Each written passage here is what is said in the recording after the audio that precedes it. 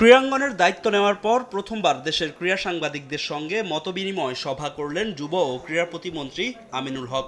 মূলত ক্রীড়াঙ্গনের সমস্যাগুলো শোনার পাশাপাশি সমাধানের পরামর্শ নিতে ক্রীড়া সাংবাদিকদের সঙ্গে এই বৈঠক,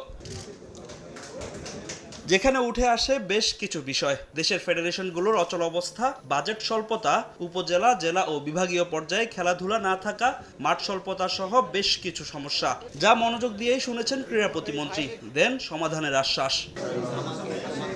জেলা ক্রীড়া সংস্থাগুলোর নির্বাচিত কমিটি গঠন ও এর কার্যক্রম বাড়ানো, সাফল্যের বিবেচনায় বিশেষ কিছু ডিসিপ্লিনকে গুরুত্ব দেওয়া, যুব ও বাংলাদেশ গেমস চালু সহ বিভিন্ন বিষয়ে প্রতিমন্ত্রীকে পরামর্শ দেন সাংবাদিকরা।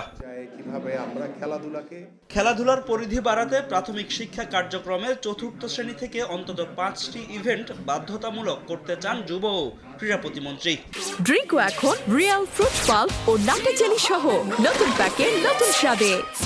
বাংলাদেশে আমরা জাতীয় যে শিক্ষাক্রম আমাদের চতুর্থ শ্রেণী থেকে আমরা আমাদের খেলাধুলাকে বাধ্যতামূলক করতে চাই এবং সেই বিষয়গুলো নিয়ে আমাদের সংশ্লিষ্ট মন্ত্রণালয়, শিক্ষা মন্ত্রণালয়ের সাথে কথা বলে, শিক্ষামন্ত্রী, প্রতিমন্ত্রীর সাথে কথা বলে আমরা সেটা নিশ্চিত করব ইনশাআল্লাহ। অবকাঠামোর চেয়ে অ্যাথলিট ও খেলোয়াড়দের সুযোগ সুবিধার বিষয়টি বিশেষ গুরুত্ব দেবে বর্তমান সরকার। সারা বছর খেলোয়াড়দের মাঠে রাখতে চান ক্রীড়া প্রতিমন্ত্রী, সেভাবেই বছরের শুরুতেই হবে ক্যালেন্ডার।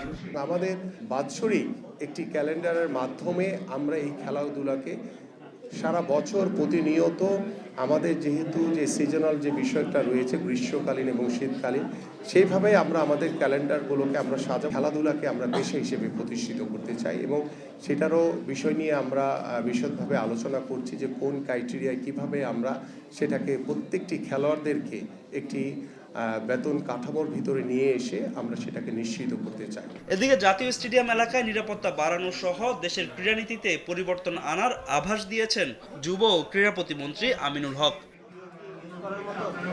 ফাহিম ইসলাম, সময় সংবাদ, ঢাকা।